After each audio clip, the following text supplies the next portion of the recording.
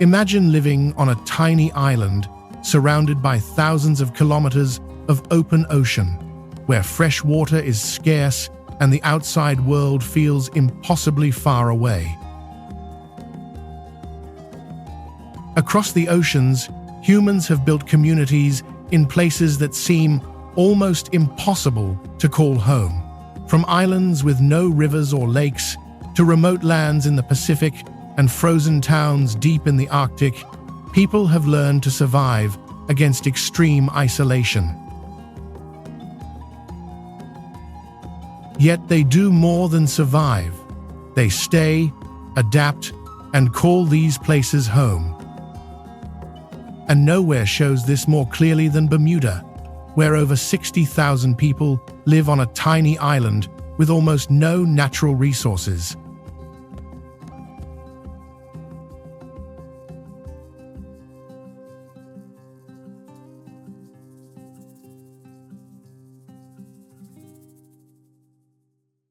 Bermuda, in the middle of the North Atlantic. Bermuda is just a strip of land covering about 54 square kilometers, located nearly 1,000 kilometers from the nearest mainland. From above, white-roofed houses cover the hillsides.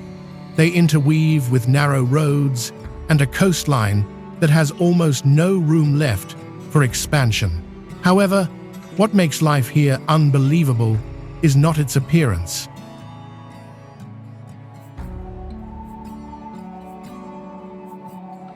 Bermuda has absolutely no rivers, lakes, or natural freshwater sources. Therefore, the roof of every house is designed with multiple sloped steps to catch rainwater, which is then guided through a gutter system into a storage tank below. That water serves the daily needs of tens of thousands of residents. Farming area is also incredibly limited, forcing most food, fuel, and building materials to cross the ocean on cargo ships before hitting the shelves. Just a single disruption offshore can quickly affect the supply and drive up the cost of living. Despite having a high standard of living and a modern economy, Bermuda still operates on a fragile balance between its rainwater collection system, supply ships, and human adaptability.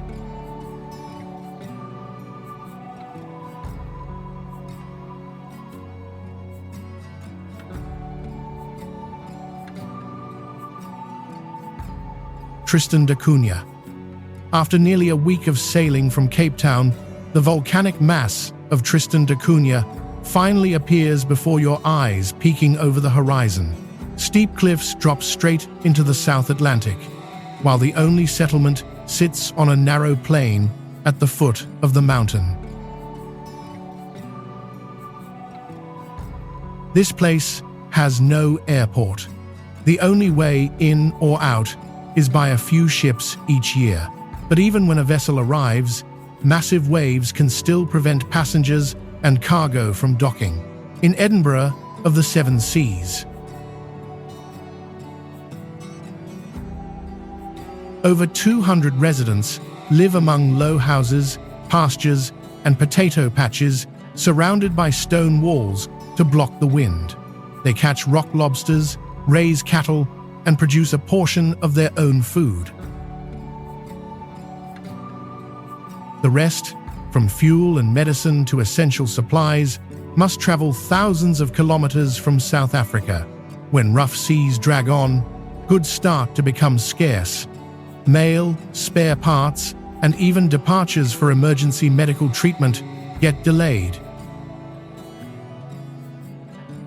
In Tristan da Cunha, the ocean is the only connecting route to the outside world. When that path is cut off, more than 200 people have to manage on their own with whatever is left on this isolated land.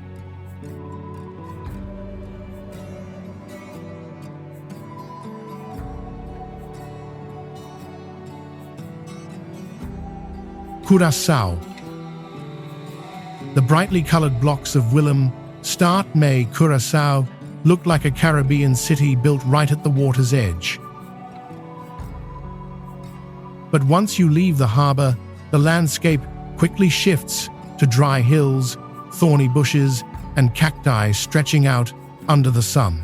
On this island of over 150,000 residents, a limited rainfall means the water supply cannot rely on natural rivers and lakes. Seawater has to go through desalination plants before flowing into every neighborhood, making electricity and technology an essential part of life. The scarce farmland also means that many types of food, fuel, and consumer goods must pass through the port of Willem, start in containers, before being distributed across the island. The ships, pipelines, and factories behind the blue beaches are exactly the system that keeps Curacao running.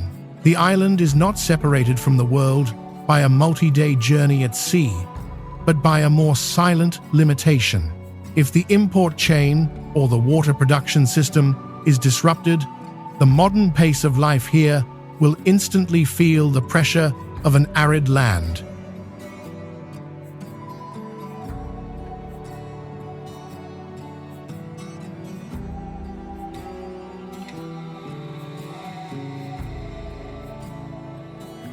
Marshall Islands. Spread across a massive stretch of the Pacific Ocean, the Marshall Islands are made up of 29 coral atolls and hundreds of small islets surrounding blue lagoons. The mainland, in many places, is just a narrow strip, with houses and roads squeezed between the ocean on one side and the lagoon on the other. The average elevation of this island nation is only about 2 meters. Because of this, seawater can wash through residential areas during high tides, flooding roads and bringing salt into the thin, freshwater layer underground. People have to collect rainwater from their roofs, store it in tanks, and use it carefully when the dry season drags on. On heavily populated islands, filtration and desalination systems help supplement the supply, but they still depend on electricity, fuel, and maintenance equipment. Little arable land means that rice, packaged food, building materials, and many necessities have to be transported by ship for the outer islands. Supply trips can be less frequent and easily affected by the weather.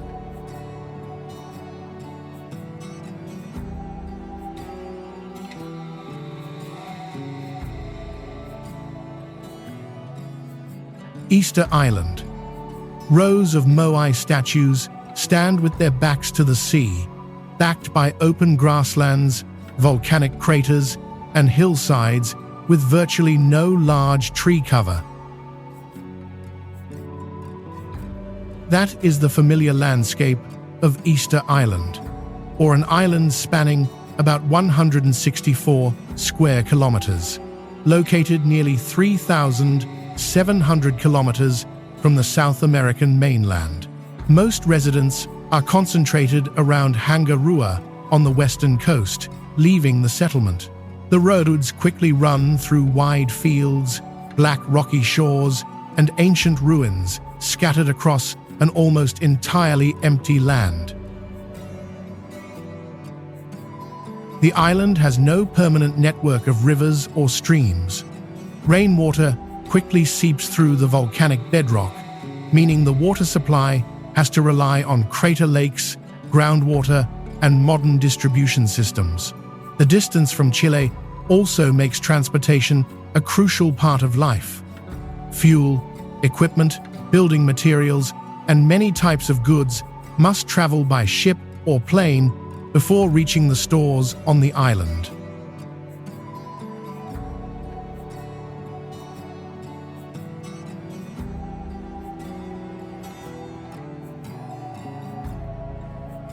Svalbard. For more than 2 winter months, the sun completely disappears from long year, Bayan. Multicolored houses sit below snow-covered mountain slopes, while streetlights reflect on the ice amid a darkness that lasts all day. Svalbard sits deep in the Arctic Ocean, roughly halfway between Norway and the North Pole. Outside, the small settlements are glaciers, fjords, rocky mountains, and snowfields stretching to the horizon. The permafrost means that many structures must be built on stilts to prevent heat from the building from melting the ground below. The roads in Longyearbyen also come to an abrupt end at the edge of town and do not connect to other communities in the archipelago. In winter, snowmobiles become a vital mode of transport to cross the frozen terrain. When the sea opens up in summer, boats take over many routes.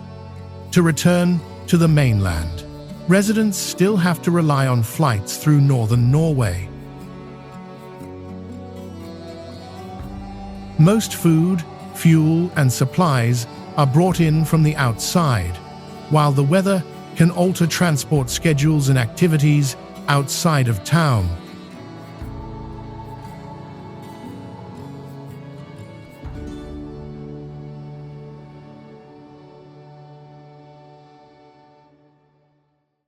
St. Helena.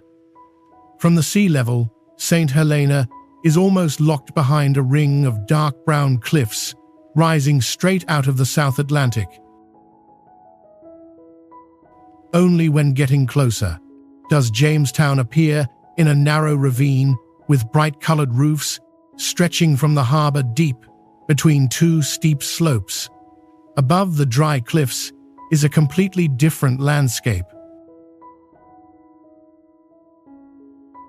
Winding roads go through pastures, green valleys, and hills that are frequently covered by clouds. However, the steep terrain makes flat land rare, and construction and transportation on the island are always complicated. St. Helena used to be accessible only after many days of sailing. An airport operating since 2017 has significantly shortened the journey for passengers, but the few thousand residents on the island still rely heavily on sea transport.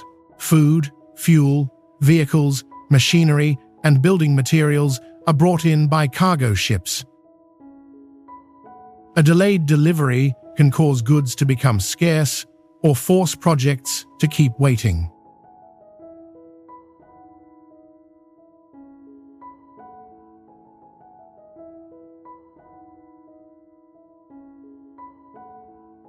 In the Marquesas, the coastline rarely opens up with long stretches of sand.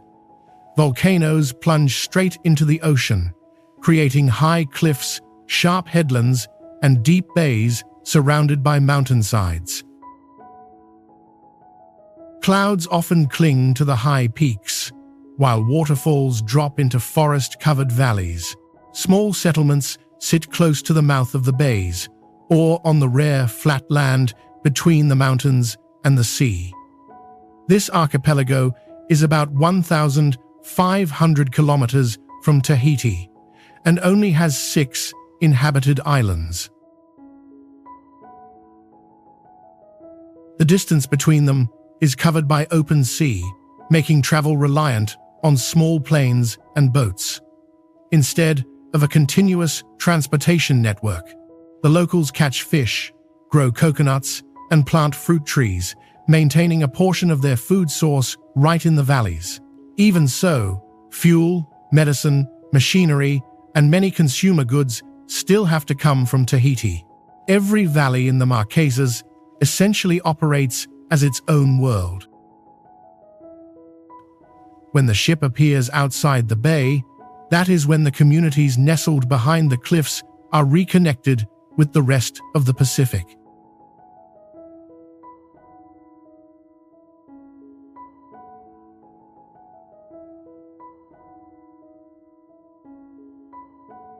Tokelau.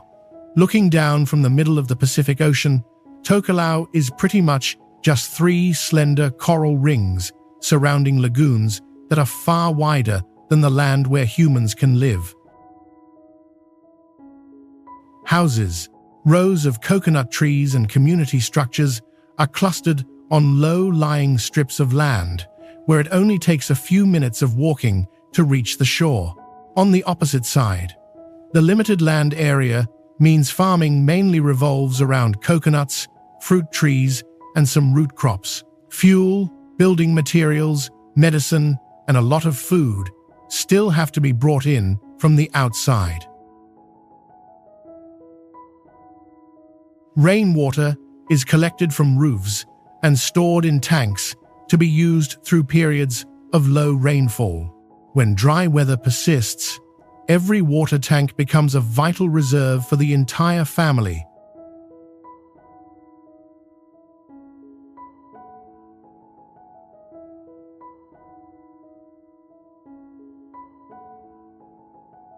Faroe Islands. Villages in the Faroe Islands often appear at the end of a fjord, with steep green mountainsides in the back and the North Atlantic constantly changing color under low clouds in the front. The archipelago consists of 18 islands where waterfalls pour off cliffs, grass-roofed houses cling along the coast, and winding roads disappear into mountain tunnels. Strong winds, rain, and fog can roll in very quickly, making a ferry route, a flight, or a cliffside road difficult to use in just a short amount of time. To connect communities divided by sea and mountains, the Faroes have built a network of bridges, mountain tunnels, and undersea tunnels. Most of the population can now travel between the main islands by car, while the smaller islands still rely on ferries or helicopters. Fishing and aquaculture provide crucial revenue, but many types of food and consumer goods are still transported from the outside. The tunnels have shortened the distance between villages.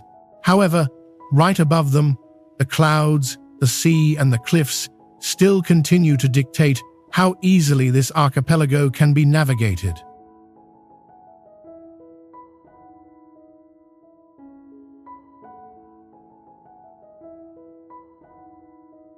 Greenland. In Greenland, a road might run through an entire settlement and then abruptly end in front of rocky mountains, a bay, or an icy expanse with no way forward. Most towns are scattered along the coast, with multicolored houses facing bays full of icebergs. Behind them are mountains, glaciers, and the inland ice sheet that covers almost the entire center of the island. Between most cities and villages, there are no connecting roads. To get to the next community, people have to use planes, helicopters, or boats, depending on the season and weather conditions. In summer, cargo ships bring containers, fuel, and supplies to coastal ports. During winter, ice, wind, and prolonged darkness can make the journey more complicated, especially for the small settlements in the north and east. A portion of the food is caught right locally, but a lot of vegetables, consumer goods, and equipment still have to travel thousands of kilometers from the outside. Greenland is larger than many countries, but its communities exist as distinct dots on the edge of the ice. The gap between two towns is sometimes measured not in road kilometers, but by a flight or many hours floating at sea.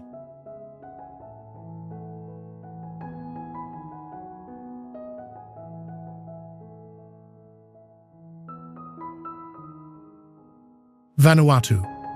In Vanuatu, smoke can billow from a volcanic crater while just a few kilometers away. Villages still sit among tropical rainforests, orchards, and blue coasts. This island nation stretches into a long chain across the South Pacific.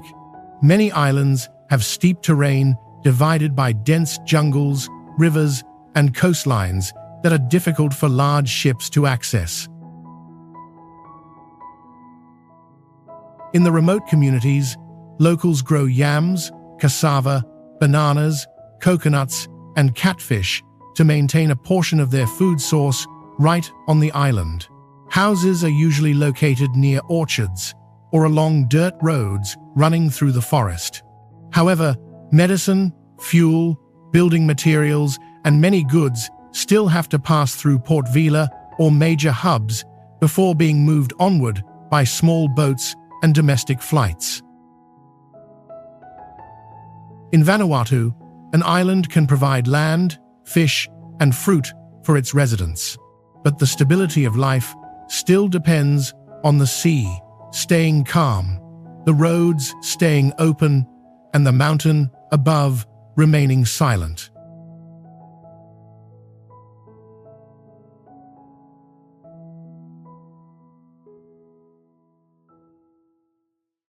Dreizehn Isle, Marquesas, Palau. Viewed from the water, the island appears as a forest-covered limestone mass with green cliffs rising up in the southern lagoon of Palau. There are no cities, roads, or permanent communities on this island.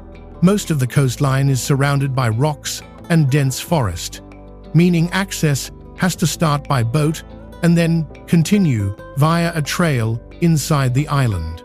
Hidden behind the thick tree cover are dozens of marine lakes isolated from the ocean.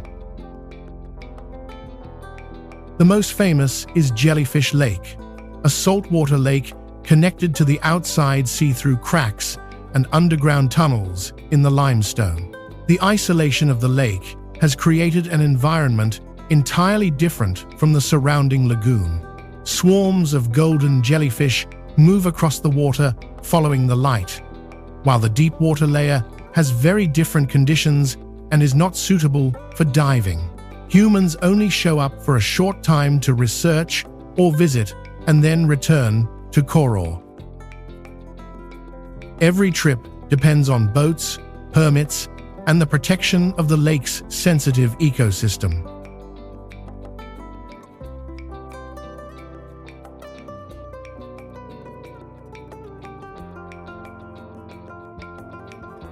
Kiribati, right in the center of the Pacific Ocean. Kiribati spreads across an area of sea so vast that the nation's islands are scattered across 3 archipelagos. While the total land area makes up only a tiny fraction, the majority of the territory consists of low coral atolls, forming narrow strip of land around lagoons. In South Tarawa, houses, roads, and public buildings stretch almost continuously between 2 bodies of water. The low elevation makes arable land scarce, and seawater can easily intrude into the groundwater layer beneath the coral foundation. Domestic water largely comes from rainwater and underground freshwater lenses, both of which depend on rainfall to be replenished. Roofs are connected to storage tanks, while some islands use solar-powered desalination and water supply systems. When the dry season drags on, the water reserves have to be carefully shared among households. Kiribati possesses a gigantic maritime zone, but life is concentrated on strips of land so thin that rainwater, groundwater, and the ocean are always just a few meters apart.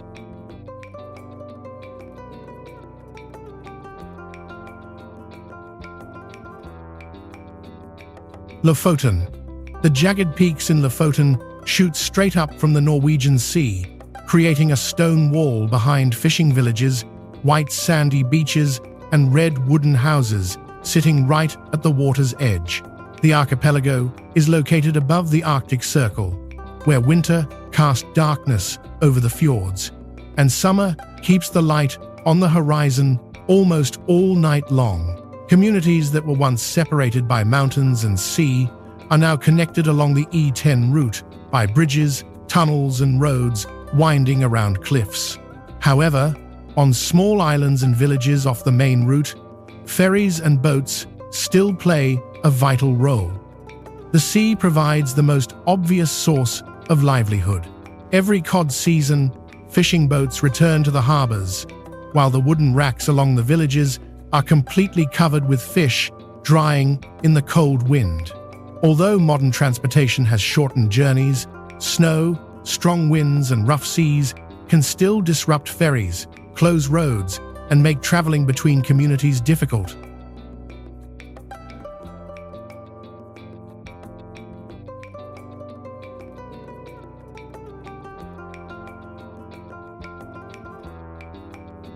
A road trip around Nauru can bring you back to your starting point after just a short ride, because this entire island nation fits neatly onto a small coral island in the middle of the Pacific Ocean.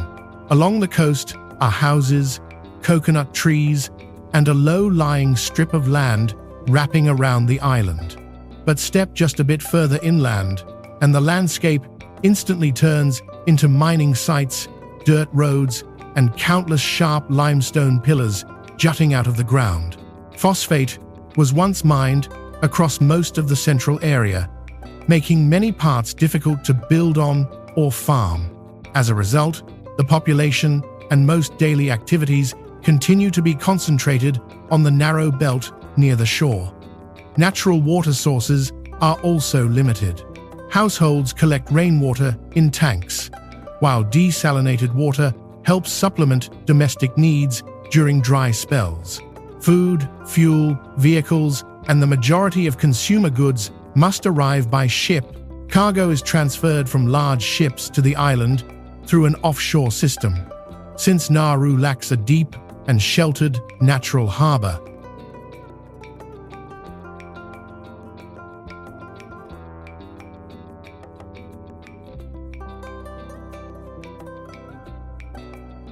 in the middle of the North Atlantic, the 9 islands of the Azores emerge with water-filled craters, green pastures, hydrangea hedges, and cliffs plunging straight into the sea.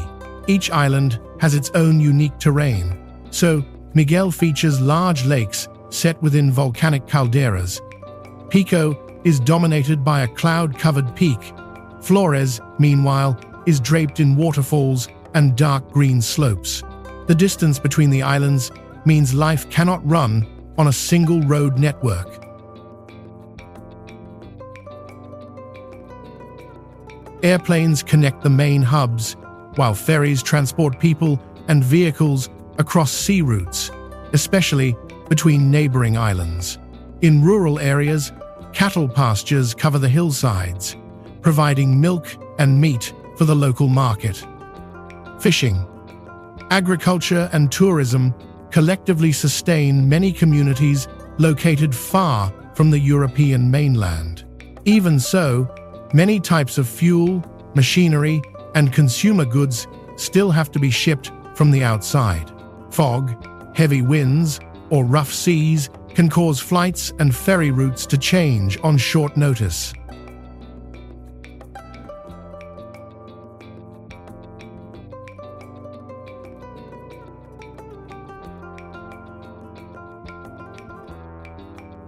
On the main island of Funafuti, the airport runway takes up a massive chunk of the narrow land strip and sits right in the middle of residential areas.